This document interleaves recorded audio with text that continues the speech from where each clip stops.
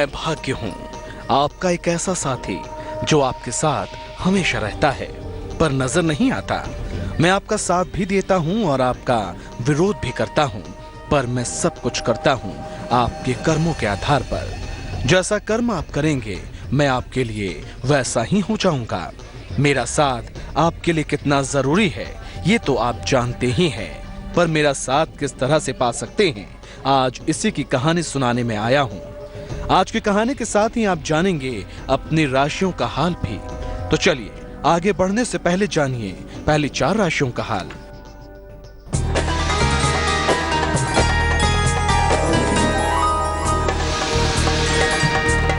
मेष राशि, आर्थिक मजबूती आएगी, सेहत अच्छी रहेगी, संपत्ति का लाभ होगा, शुभ रंग सफेद, भाग्य प्रतिशत 87।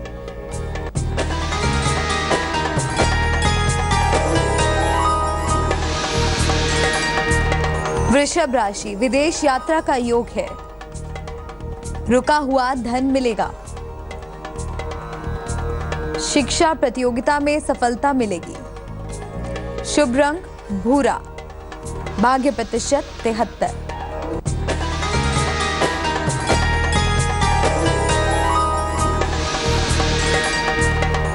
मिथुन राशि, धन के खर्च से बचें, रुका हुआ काम बनेगा, कर्ज का लेन देन ना करें, शुभ रंग नीला, भाग्य प्रतिशत 49।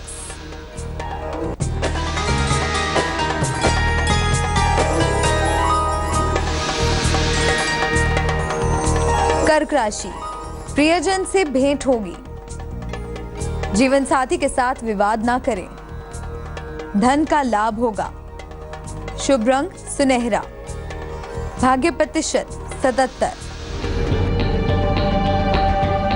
तो आज मैं भाग्य आपके लिए लेकर आया हूं वो कहानी जो बदल देगी आपकी जिंदगी, और अगर आपने उससे 1% भी सीख लिया तो समझ लीजिए आपका जीवन सम्मानजनक बीतेगा। तो चलिए आज के विषय को समझाऊं उससे पहले आपको जीवन के कुछ खास नियम बता देता हूं। पहला नियम यह है कि इंसान को उतना ही पारिश्रमिक लेना चाहिए जितने का वो हकदार हो, अन्यथा उसका अपमान निश्चित है। दूसरा नियम यह है कि अगर आप किसी से सम्मान की अपेक्षा करते हैं तो आपको भी दूसरों का सम्मान करना ही होगा। तीसरा नियम यह है कि अगर आप खुशहाल जीवन चाहते हैं तो दूसरों से अपेक्षाएं रखना बंद कर दें। वैसे तो जीवन को बेहतरीन बनाने के कई नियम हैं, वो भी आपको समय समय पर बताता रहूंगा, पर चलिए आज की कहानी पहले सुना देता हूं। राम भट्ट नाम के एक नेक दिल इंसान और अनुभवी वैद्य थे। एक बार सौराष्ट्र के बड़वाना राज्य के महाराजा ठाकुर साहब बाल सिंह जी बहुत बीमार पड़ गए। ठाकुर साहब के लिए जाने कितने ही वैद्य और डॉक्टर आए और अपना उपचार आजमा कर फर्क न पड़ने पर भी अपनी फीस पाकर चले गए। किसी भी वैद्य से फर्क न पड़ता देखकर ठाकुर जी की चिकित्सा के लिए जामनगर से राम भट्ट को बुलाया गया। भट्ट जी को ठाकुर साहब का उपचार करते तकरीबन 3 माह ही बीते थे कि कुछ ऐसा हुआ जिसे सुनकर आप दंग रह जाएंगे। बताऊंगा कहानी में शेष जो कुछ भी बचा है सब बताऊंगा, पर पहले जान लीजिए अगली 4 राशियों का हाल।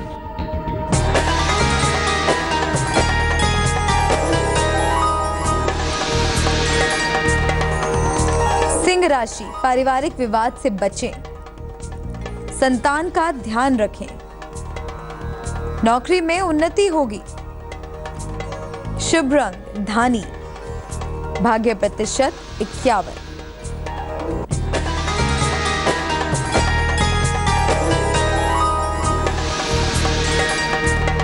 कन्या राशि, खान पान का ख्याल रखें, आर्थिक लाभ होगा, विवाह तय होने का योग है, शुभ रंग क्रीम, भाग्य प्रतिशत 68।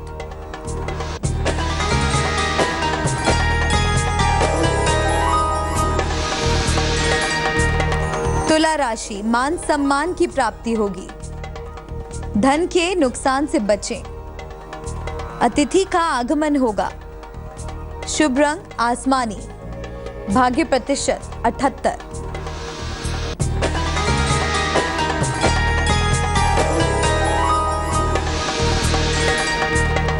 वृश्चिक राशि, शिक्षा पर ध्यान दें, आर्थिक नुकसान से बचें, वाणी पर काबू रखें, शुभ रंग लाल, भाग्य प्रतिशत 54।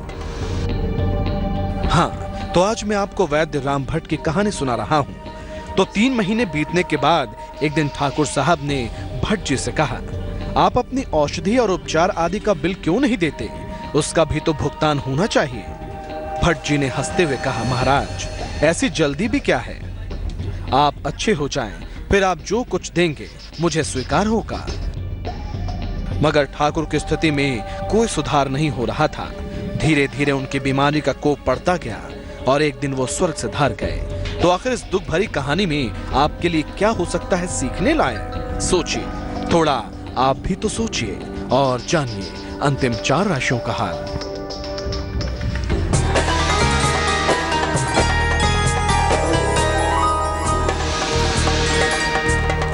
धनु राशि, डूबा हुआ धन मिलेगा, परिवार में मंगल काम होगा, विवाह तय होने का योग है, शुभ रंग हरा, भाग्य प्रतिशत 89।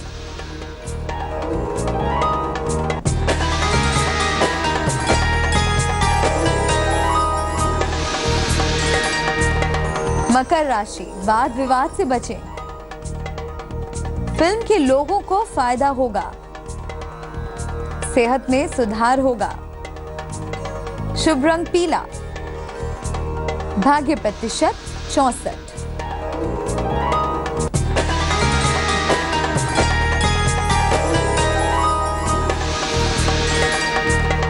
कुंभ राशि, मुकदमों में सफलता मिलेगी, प्रतियोगिता में सफलता मिलेगी, परिवार में प्रसन्नता आएगी, शुभ रंग नारंगी, भाग्य प्रतिशत 71।